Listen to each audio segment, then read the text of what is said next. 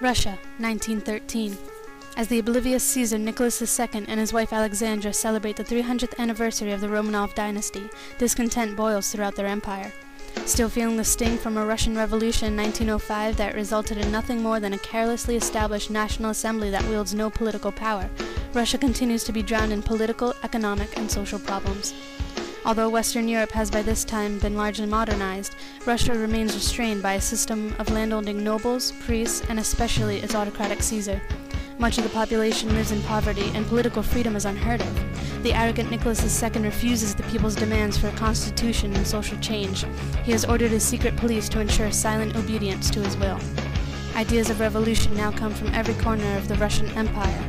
From the poorest of peasants to the Marxist industrialists, many work in secret to ignite a new Russian revolution for when the time is right. 1914. As a key recruiter of forces for World War I, nationalism does not pass over the Russians. Troops flow from the country with fresh pride, but because of conditions back home, the fighting force is soon drained of materials, ammunition, and ultimately, men. With false hopes, Nicholas II devotes himself to the military, leaving his wife Alexandra in control. In the eyes of the people and officials, the German-born Caesarina is not only untrustworthy, but also incompetent to handle governmental matters. The people have had enough, and in March 1917, the heart of Russia cries out for change. In St. Petersburg, the city workers are on strike, and women parade through the streets chanting demands for bread. The government's own troops have turned on the controlling powers and refuse to quiet the liberty-starved protesters.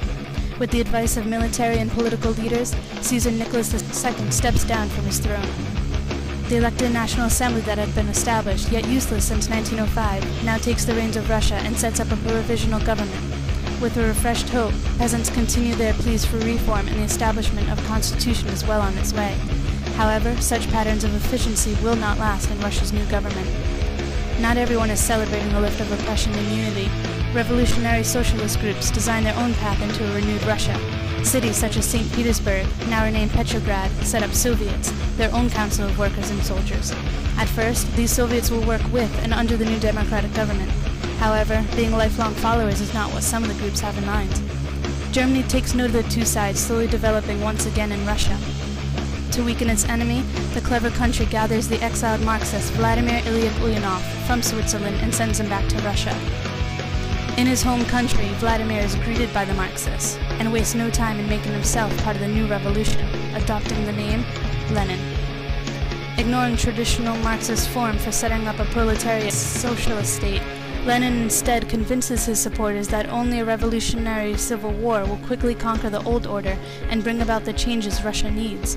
Contrary to the small percentage of socialists that join his party, Lenin names the revolutionaries the Bolsheviks, meaning the majority. Since the abdication of the Caesar, the provisional government has been devoting itself to the effort of World War I, ignoring many of its promises of reform back home. The people's attention is now on the Bolsheviks, who claim even more promising reforms. November 1917. With their new full-fledged supporters, the Bolsheviks lead an attack on the provisional government. The triumph is quick and without struggle. The control of the Bolsheviks spread like wildfire, consuming nearby cities, including the Russian capital, Moscow. With the government under the control of the Bolsheviks, Lenin acts on a few of his own reforms, distributing land and giving workers control of their factories and mines. Despite the modern reforms, conflict still thrives within the country. Whites, counter-revolutionaries, those who are still loyal to the Caesar, rise up against the revolutionary Bolsheviks, who are now regarded as the communists, the Reds. International groups soon join to fight the communists, but are eventually driven out by communist supporters filled with nationalistic views. Yet even with the foreign forces gone, the brutal civil war continues on in Russia for 3 years. Slaughters rage from both sides, assassination attempts on opposing leaders multiply, and the secret police are put up for innocent executions once again, but this time by the revolutionary communists. Disregarding their previous promises of favorable reform, the communist Bolsheviks exemplify their power and overtake banks, mines, factories, and railroads. They demand surplus food from rural farmers for starving city workers, and forcefully implant peasants into factories and the military. To ensure the utmost loyalty, commoners are put in charge of the Red Army to teach party principles and ensure loyalty by means of severe punishment. Despite all opposition, the communist Bolsheviks are still in power of Russia. However, because of plagues of famine and disease, the desolate land they had all once called their home was not much of a prize to be proud of. 1921. Lenin is still the leader of Russia, no matter how shattered of a nation it is.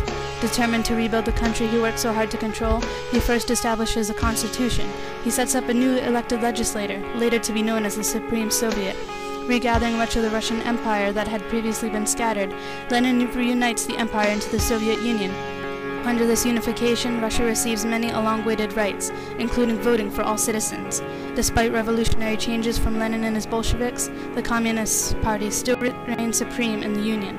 They shall continue to hold power even when their leader, Lenin, dies in 1924, and the Communist Party is no longer under his control.